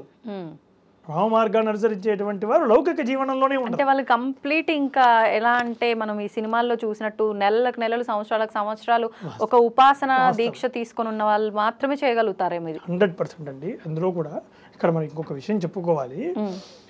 సిద్ధిత్రయము అని 3 ఉంటాయి. ఈ సిద్ధిత్రయం అంటే ఏమిటి? మంత్రము, మంత్రసిద్ధి, కామ్యసిద్ధి, మంత్రసిద్ధి, మాతృసిద్ధి అని 3 ఉంటాయి. ఈ కామ్యసిద్ధి అంటే ఏమిటి? మన యొక్క కోరికలు సిద్ధింపజేసుకోవటం. ఎవరితో కోరికలు సిద్ధింపజేసుకుంటున్నాం? మనంతట మనం భగవంతుడి దగ్గరికి వెళ్ళి చేసుకుంటున్నాం. మనం కామ్యసిద్ధి కావడం కోసం కొన్ని కర్మలను ఆచరిస్తున్నాం. అంటే ఇప్పుడు ఒక సంతానం కావడం కోసం సంతాన గణపతి హోమం, ఏమంటే వ్రతాలు, ఇవన్నీ ఎవరితో చేయిస్తున్నాం? పురోహితుడితో చేయిస్తున్నాం. అంటే పురోహితుడు ఆల్రెడీ ఆ మంత్రాన్ని సిద్ధింపచేసుకుని ఉన్నాడు కాబట్టి ఆ మంత్రసిద్ధి అయినటువంటి ఆ బ్రాహ్మణుడిని కూర్చోబెట్టి, వారధిగా కూర్చోబెట్టి, అయ్యా నా కామ్యముల నిమిత్తం నీవు చెయ్యు అని చెప్తాం కదా. ఇది ముఖ్యంగా ఈ కామ్యసిద్ధి కోసం మనం 1 గంట 2 గంటల పాటు ఆ మంత్రసిద్ధి ఉన్నటువంటి వాడిని కూర్చోబెట్టి చేయిస్తాం. కానీ మరి మంత్రసిద్ధి రావాలంటే అతను ఉపనయన సంస్కారమైన నాటి నుండి వేదమంత్రాన్ని అధ్యయనం చేస్తూ అనేక సంవత్సరాల పాటు ఆ మంత్రాన్ని జపం చేస్తూ ఆ మంత్రాన్ని సిద్ధి పొందాలి. అనేక సార్లు సిద్ధి పొంది ఉదయం మధ్యాహ్నం సాయంత్రం త్రికాల సంధ్యావందనాలు ఆయనకు ఆపాదించినటువంటి మంత్రం ఏదైతే నిలబడుతుందో నీ దగ్గర, మంత్రశక్తి ఏదైతే వస్తుందో ఆ మంత్రసిద్ధి కొరకు నీవు చేయాల్సిన అన్ని కర్మలను ఈ బ్రహ్మచర్యంలో చేయిస్తారు. అర్థమైందా? అలా మంత్రసిద్ధి పొందినటువంటి వాడి చేత మనం కర్మలు చేసుకుంటున్నాం. ఆ మంత్రసిద్ధి ఆయనకు ఊరికే వచ్చిందా? లేదు కదా. మనం కామ్యం వచ్చేసినట్టుగా మంత్రసిద్ధి రాలేదు కదా. ఆ మంత్రం సిద్ధించాలంటే అన్ని సంవత్సరాల పాటు ఆయన శ్రమించాల్సి ఉంటుంది. అలాగే ఇంకా బీజాక్షర మంత్రాలని, లౌకిక మంత్రాలని కొన్ని మంత్రాలు ఉంటాయి. దేవతల మన మంత్రాలు తీసుకుని ఉంటాం. దక్షిణామూర్తి మంత్రాలని, ఓం పంచాక్షరి మంత్రాలని, నారాయణ షడ మంత్రాలని తీసుకుంటూ ఉంటాం కదా. ఇవన్నీ కూడా మంత్రసిద్ధి కావాలి అంటే ఆ మంత్రానికంటూ కొన్ని లక్షల సార్లు జపం చేయాలి అని ఉంటుంది. అక్షర లక్ష జపం చేస్తే మంత్రసిద్ధి జరుగుతుంది. అక్షర లక్ష జపం చేస్తే మంత్రసిద్ధి. అంటే ఒక అక్షరము 1,00,000 సార్లు, ఒక అక్షరము 1,00,000 సార్లు జపం చేయడం. అంటే ఇప్పుడు గాయత్రి మంత్రం ఉంది, 24 అక్షరాలతో చెందింది. 24 లక్షల జపం చేస్తే గానీ మంత్రసిద్ధి కాదు. దాదాపు ఎన్ని రోజులు పడుతుంది కదా? ఎన్ని రోజులు పడుతుంది? అతను బ్రహ్మచర్యం నుండి రోజు కొన్ని చేసుకుంటూ వస్తే తప్ప తనకు ఉత్తమమైన ఏదైతే స్థితి వస్తుందో అప్పుడు కానీ మంత్రం సిద్ధించదు. అప్పుడు మనం వెళ్ళి అతనితో కామ్యం చేయించుకోవడం వల్ల నా కామ్యములు సిద్ధిస్తున్నాయి. వెంటనే సిద్ధించట్లా.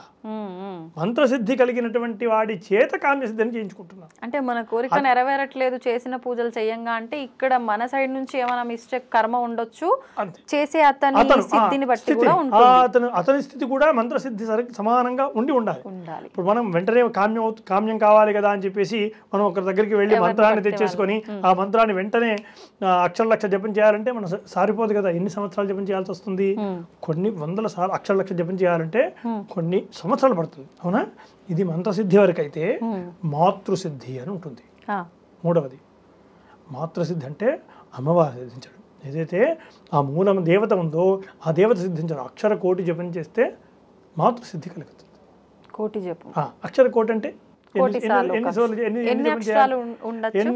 ఇప్పుడు గాయత్రి మంత్రమే ఉంది. గాయత్రి అమ్మవారి సిద్ధి కావాలంటే ఉదాహరణ గాయత్రి మంత్రమే తీసుకుందాం.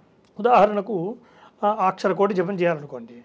నేను రోజు ఉదయం సాయంకాలం రోజు నా జీవితం మొత్తంలో 7 సంవత్సరాల వయస్సు నుండి ఉపనయన సంస్కారమైన నాటి నుండి రోజు 20,000 జప సంఖ్య చేయాలనుకున్నాను. అంతకుమించి ఎక్కువ చేయలేను. ఎందుకంటే గంటకు 1000 సార్లు మాత్రమే చేయగలను. అంటే 24 గంటల్లో 4 గంటలు నిద్రపోయినా 20 గంటలు మాత్రం జపం చేసుకున్నా 20,000 సంఖ్య అవుతుంది. అలా నాకు మాత్రం సిద్ధించాలంటే 50 సంవత్సరాలు 60 సంవత్సరాలు 70 సంవత్సరాల కాలానికి సిద్ధిస్తుంది. అలా సిద్ధి పొందినటువంటి వారునే సిద్ధ పురుషుడు అంటారు. సిద్ధ యోగి పురుషులు అంటే ఊరికే వచ్చేసి పేరు పెట్టుకున్నంత మాత్రం అది ఆ సిద్ధత్వం రాదు. ఆ సిద్ధి యొక్క స్థితికి ఉండే యోగ్యత అది. అంటే నువ్వు 50 సంవత్సరాలు నిరంతరం తపస్సుతోటే ఉండడం చేత 20 గంటలు రోజుకి 20 గంటలు జపం చేసి తపస్సులో ఉండడం చేత మాతృసిద్ధి కలుగుతుంది. ఎప్పటికీ 60 సంవత్సరాలు కలుగుతుంది. మరి కొన్నిసార్లు చాలా వయసు తక్కువగా ఉండి అన్ని వేదాలు చదివి అంత ఇలాంటివన్నీ చేసి సిద్ధి పొందారు అని చెప్పి అంటూ ఉంటారు. అది అంటే కొన్నిసార్లు ఈ సందర్భాల్లో గత జన్మలో వారు ఇలా చేస్తున్న ప్రాసెస్ లో వెళ్ళి నెక్స్ట్ జన్మ వస్తుందా? 100% అండి. పుణ్యము అదంతా మన పాపం ఎలా వస్తుందో మనం చేసుకున్న పుణ్యం కూడా మనతో పాటు వస్తుంది. ఆగామి కర్మలు అని ఉంటాయి. కానీ ఇది చాలా రేర్ గా కదా ఇలా గత జన్మలో చాలా రేర్ గా ఆదిశంకరాచార్యుల వారు ఉన్నారు. వారికి వెంటనే 7 సంవత్సరాల వయస్సులోనే అంటే అంత స్థితి వచ్చింది అంటే వారికి అద్భుతం ఏమిటి, వారు గత జన్మలో కూడా ఎన్నో, ఇప్పుడు మనం ఏదైనా ఒక ఉత్తమమైన కళ వచ్చింది అనుకోండి, చిన్న వయసులోనే వస్తే పూర్వజన్మ సుకృతం రా అంటారు. అవునా? అవును, వాస్తవం. పూర్వజన్మ సుకృతమే, పూర్వజన్మ శ్రమ, పూర్వజన్మలో క్షమించినటువంటి శ్రమ మనకు ఆ జన్మలో దక్కక ఇంకో జన్మలో అది ఒక రూపంలో మనకు ఆపాదించబడుతుంది. అర్థమైందా? అలాగే ఈ మాతృసిద్ధి అనేది కొన్ని సంవత్సరాలు చేస్తే గానీ లభించినటువంటి ఈ సిద్ధి వెంటనే మనం పేర్ల ముందు పెట్టేసుకుంటే సాధ్యం కాదు. ఈ సిద్ధి అనేది అంత సిద్ధి ఉంటుంది. అలాగా ఈ వామ మార్గంలో ఏదైనా అన్వేషించాలన్నా ఇన్నిసార్లు జపం చేస్తే తప్ప ఆ స్థితి యోగ స్థితి రాదు. అర్థమైంది? ఆ యోగులకు మాత్రమే అది అర్థం కాదు. అందుచేత ఇన్నిసార్లు సిద్ధి పొందినటువంటి వాళ్ళు మాత్రమే ఆయా మార్గాలను అన్వేషించగలుగుతారు. సాధారణమైనటువంటి వాళ్లకు అర్థం కానటువంటి మార్గాలు అంటే ఒక రకంగా ఆ చేసే వాళ్ళకు కూడా ఒక అర్హత రావాల్సిందే. వాస్తవం, అర్హత ఉండాలి. ఆ అర్హత వస్తే తప్ప మార్గాన్ని అన్వేషించలేదు. మనకు తోచిన లౌకికమైనటువంటి విధానాలు మనకు తోచిన విధంగా చేసుకోవడం కాదు. ధర్మశాస్త్రాలు ఏం చెప్తున్నాయి దానికి అనుగుణంగా వెళ్తే చాలా తొందరగా వెళ్తాం గమ్యస్థానానికి.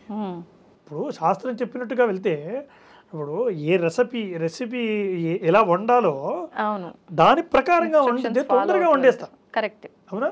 లేదు నాకు తోచినట్టు నేను చేస్తాను అనుకోండి, ముందు మాడగొట్టేస్తాను. నాకు తెలియదు, అర్థం కాదు. నాకు తోచినట్టు నాకు అసలు అవగాహన లేదు. నేను ఏదో ఒక రెసిపీ చేయాలనుకోండి, మాడగొట్టేస్తానుగా. ఖచ్చితంగా సమయం కూడా చాలా ఎక్కువ తీసుకుంటుంది. ఎలా ఐటమ్ రెడీ అవ్వాలో అలా అయితే అవ్వదు. అలా అవ్వదు, సమయం ఎక్కువ తీసుకుంటుంది, వృధా అయిపోతుంది, అనేక రకాల ప్రయాసాలు అవుతాయి. కానీ అదే తెలిసినటువంటి వాళ్ళు ఇంత క్షణంలో చేయగలరు కదా. కాబట్టి ఇదే మనకు ముఖ్యం. తెలిసినటువంటి వారు యోగ్యుడైనటువంటి వాడి చేత అన్వేషింపజేయడం, అతను అన్వేషిస్తే అతని మార్గంలో మనం వెళ్ళడం అనేది ఉత్తమం. ధర్మశాస్త్రాలు ఏం చెప్తున్నాయో దాని విధంగా వెళ్ళడం ఉత్తమం. ఇప్పుడు అంటే మంత్ర రూపంలో మనం ఆచరించే దక్షిణ ఆచారం ప్రకారంగా చేసే పూజల కన్నా తంత్ర రూపంలో వామాచారంలో ఆచరించే పూజలకు యొక్క ఫలితం తొందరగా ఉంటుంది. కానీ చేయాల్సిన పద్ధతిలో చేస్తే, ఒకవేళ ఆ పద్ధతి కాస్త మనం చేయకపోతే బెడిసి కొట్టింది అంటే ఇంకా కోలుకోలని దెబ్బ తగులుతుంది అని చెప్పి విన్నా. ఇది ఎంతవరకు నిజం? ముమ్మాటికి ఇది వాస్తవం అండి. ఈ వామ మార్గం అనే కాదు, ఏదైనా వామ మార్గం అంటే తంత్ర మార్గం మీరు అన్నట్టుగా సదాచారములో కూడా అంతే, తొందరగానే సిద్ధిస్తాయి. కామ్యములు ప్రామాణికంగా చేయడం వల్ల అత్యంత తొందరగానే సిద్ధిస్తాయి. ఎక్కడైనా అంతే. ఎక్కడైనా మన శ్రమనే ముఖ్యం. మన శ్రమం మనం చేస్తున్నటువంటి ధర్మమా కాదా, మనం ధర్మయుక్తంగా చేస్తున్నామా లేదా, మనం చేసేది లోకశ్రేయస్సు కోరుతుందా లేదు. ముందు మనం చేసేటువంటి కామ్యములు మన కొరకు కాకుండా లోకశ్రేయస్సును కోరుతూ చేయాలి అని అంటారు. అందుకే ప్రతి కర్మలోనూ లోకా సమస్త సుఖినో భవంతు అనేది ధర్మం మన హైందవ ధర్మమే. ప్రతి కర్మలోనూ ఇది ఖచ్చితంగా అంటాం. అంటే మనం చేస్తున్నటువంటి కర్మలు లోకానికి కూడా ఉపయుక్తమయ్యేటువంటివి అయి ఉంటే తొందరగా నెరవేరుతాయి. మన వరకే కాదు, నేను ఈ కామ్యం నెరవేరితే ఫలానా ధర్మాన్ని ఆచరిస్తానని, అదే ధర్మ సంబంధిత కర్మలు చేస్తానని, ధర్మ సంబంధమైనటువంటి వ్యవహారాల్లో ఉంటాననేటువంటి విధంగా మన కామ్యములు అంటే కోరికలు ఉంటే, మన ఆచరణ ఉంటే తొందరగా సిద్ధిస్తుంది. దక్షిణాచారమైన వామాచారమైన అత్యంత ఇది ఇలాగే సిద్ధిస్తుంది. కానీ వామాచారం అనేది కామ్యమును సిద్ధింపచేసుకోవడానికి వామాచారం కాదు. వామ మార్గం అనేది కామ్యముల కోసం కాదు. ఇప్పుడు పోతున్న పొరపాటే అది. దక్షిణ మార్గము కామ్యమును సిద్ధింపజేసుకోవడం కొరకు. నాకు ఇప్పుడు ఒక ఇల్లు కావాలి. దక్షిణ మార్గంలో సదాచారంలో నేను ఆ ధర్మాలు ఏవైతే చెప్పాయో దాని కొరకు పరితపిస్తే నేను దాన్ని సాధించుకోగలుగుతా. ఒక చిన్న డౌట్ అడగచ్చా? అంటే ఇది కోరికల గురించే మాట్లాడుకుంటున్నాం కాబట్టి, ఎటువంటి కోరిక లేకుండా మనం కనుక బ్రతకగలిగితే ధర్మంగా మరొక జన్మే ఉండదు, ఖచ్చితంగా మోక్షం పొందుతామంటారు. 100% మరి ఒక కోరిక నెరవేరాలంటే ఒక హోమం చెయ్యాలి, ఒక పూజ చెయ్యాలి, ఇదంతా ఎందుకు డిసైడ్ చేయబడింది? అయితే మనకు ప్రధానంగా ఏదైనా సరే సంకల్పము అని చేస్తూ ఉంటాం. ఏ కర్మ చేసినా ముందు సంకల్పం చెప్తాం, అవునా? సాధారణంగా ఏ సంకల్పమైనా ప్రధానంగా ధర్మాన్ని ఉద్ధరింపజేసుకోవడం కోసము లోక శ్రేయస్సు కోరుకునే విధంగానే ఉండేది, అవునా? అందులో చెప్పే దాంట్లోనే ఆయుష్యాభివృద్ధ్యర్థం, అవునా? నాకు ఆయుష్ కలగడం కొరకు, నాకే కాదు సమస్తమైన జనులకు కూడా ఆయుష్యాభివృద్ధ్యర్థం ఈ సంకల్పంలోనే ఉంటాయి కదా. సమ్యక్ కల్ప ఇది సంకల్ప. సంకల్పం అంటే ఏమిటి? సమ్యక్ కల్ప ఇది సంకల్ప. నేను ఏది చేయాలనుకుంటున్నానో నిశ్చయించుకోవడం సంకల్పం. ఓకే, నేను ఫలానా చేయాలనుకుంటున్నాను అని నిర్ధారింప చేయడం సంకల్పం. అలాంటి సంకల్పంతో కదా చేస్తున్నాం. ఈ సంకల్పాలు లోకశ్రేయస్సు, ఇందాక చెప్పుకున్నట్టుగా లోకశ్రేయస్సు కోరే విధంగా ఉండటం ఉత్తమం.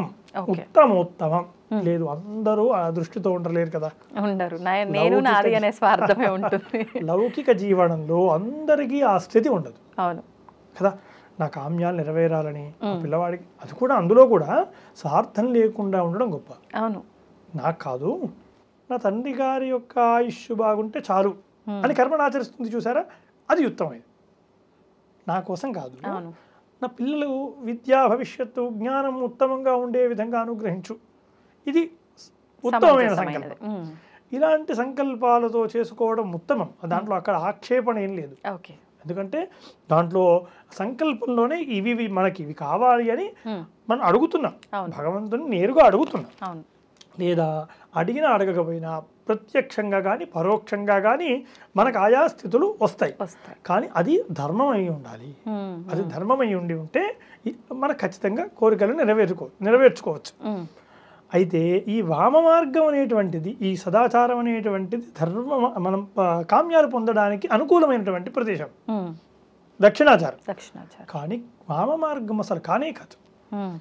వామ మార్గం ఉన్నది కామ్యాలు నెరవేర్చుకోవడానికి కాదు, ఆత్మజ్ఞానంతో సచ్చిదానంద పరమాత్మను దర్శించడానికి.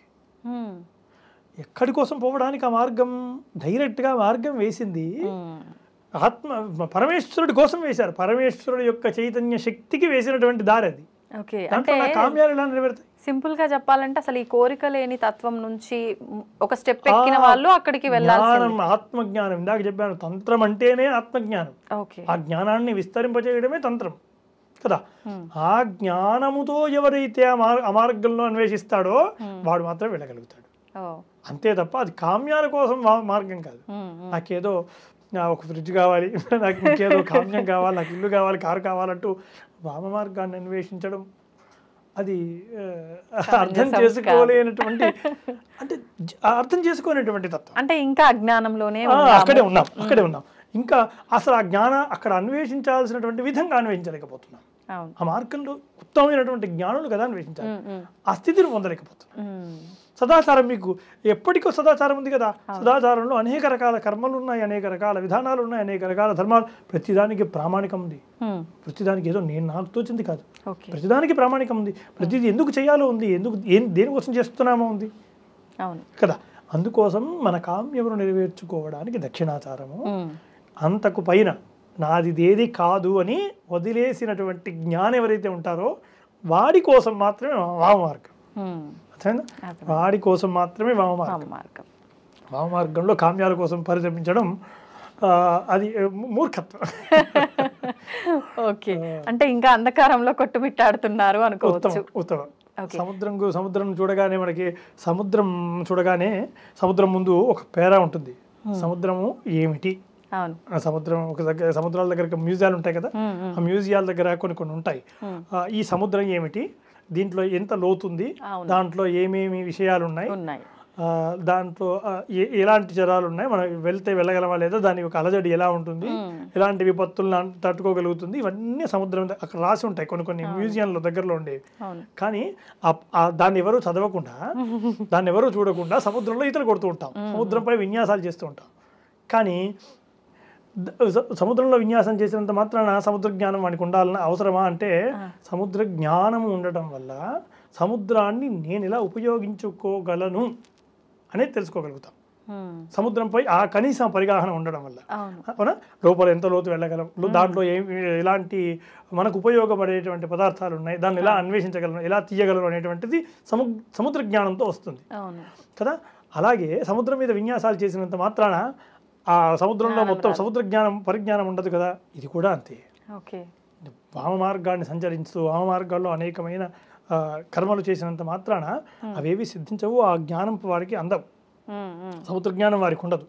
ఓకే. కానీ అదే సముద్ర జ్ఞానము తెలుసుకొని వామజ్ఞానాన్ని తెలుసుకొని ప్రవర్తిస్తే దాని నుంచి నీవు ఎలా ముక్తిని పొందగలవు, ఏది గమ్యాన్ని ఎలా చేరుకోగలవు అనేది వామ మార్గం చెబుతుంది. ఓకే. అది గొప్పది, అది అసలైనటువంటి అంశం. ఓకే.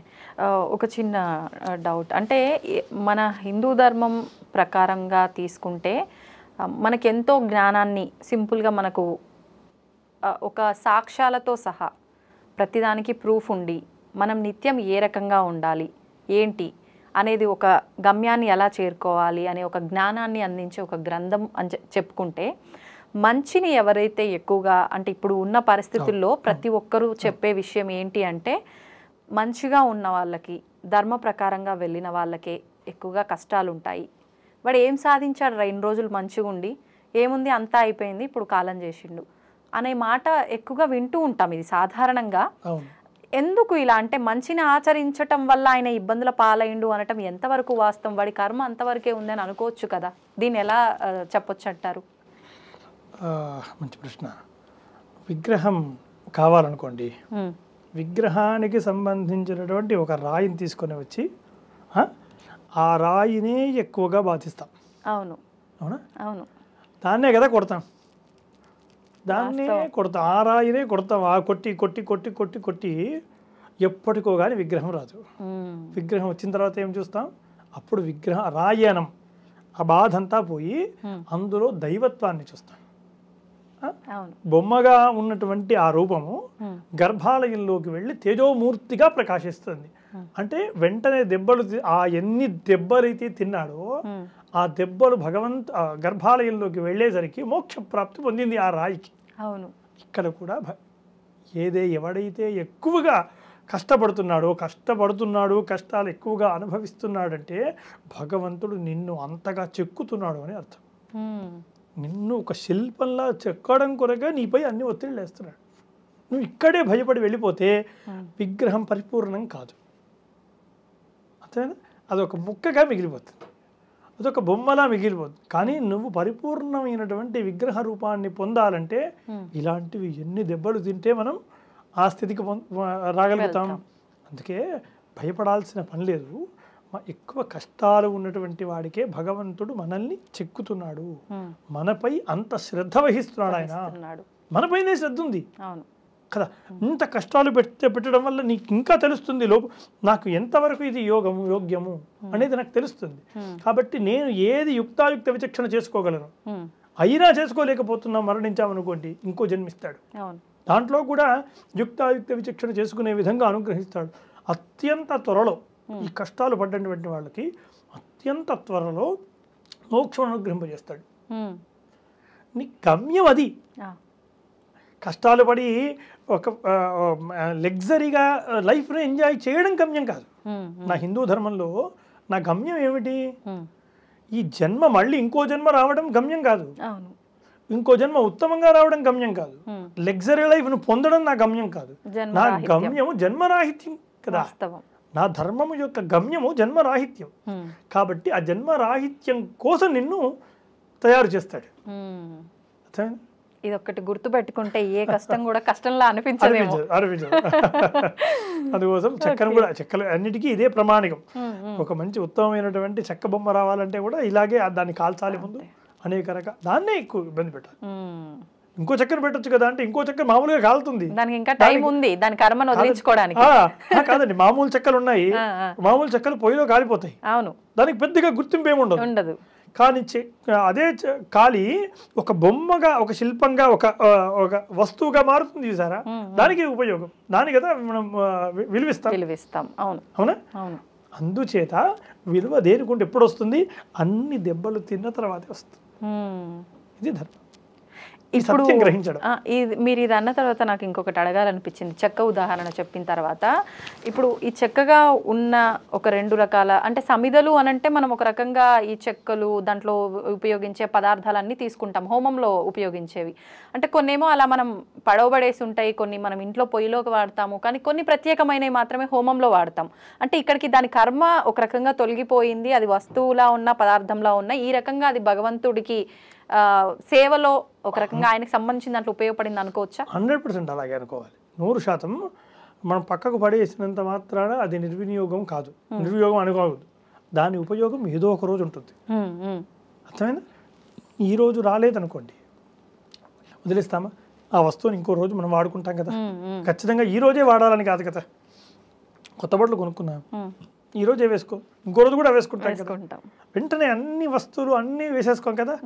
ఒక రోజు అంటూ వస్తుంది దానికి, అది దానికి సుదినం. ఎప్పుడైతే అది ఉపయోగించబడుతుందో ఆ ఉపయోగం దేనికి ఉపయోగించబడుతుంది? ఉత్తమంగా ఉపయోగించబడుతుందా లేదా మామూలుగా ఉపయోగించబడుతుందా అనేది మనం అక్కడ విచారించాల్సినటువంటి అంశం. ఉత్తమంగా ఉపయోగించడం అంటే ఏమిటి? అది పరులకు ఉపయోగపడటం, లేదు మామూలుగా కాలిపోవటం. మామూలుగా అదే యజ్ఞ సమిధ కాలిపోయింది అనుకోండి, హవిస్సుగా వెళ్ళిపోతుంది. అదే సమిధ ఒక మూర్తిగా అయ్యిందనుకోండి, ఉత్సవంలో ఊరేగిస్తారు. అర్థమైంది? అందుకోసం దాని వినియోగం అనేది కూడా ఉత్తమంగా ఉండటం యోగ్యం. ఎప్పటికోప్పటికి ప్రతిదాన్ని ఉపయోగించాల్సిందే, ప్రతిదీ లయం అవ్వాల్సిందే. సృష్టించబడినది ప్రతిదీ లయం అవ్వాల్సిందే. సంతోషం అండి, చాలా అద్భుతమైన వివరణ ఇచ్చారు, నిజంగా ధన్యవాదాలు. చాలా సంతోషం. తవ్వుతున్న శివలింగం సరే దాన్ని అట్లా కప్పేసేయండి, చూపించదండి. మూర్తి పూజ కాదు, సాక్షాత్ బ్రజేంద్ర నందన భగవాన్ ఉన్నారు మూర్తిలో. ఏమీ ఆశించకుండా ఆరాధించే వాళ్ళు కూడా ఉన్నారా ప్రభుజీ? నిజమైన భక్తి అంటే మనకు తెలియదు కాబట్టి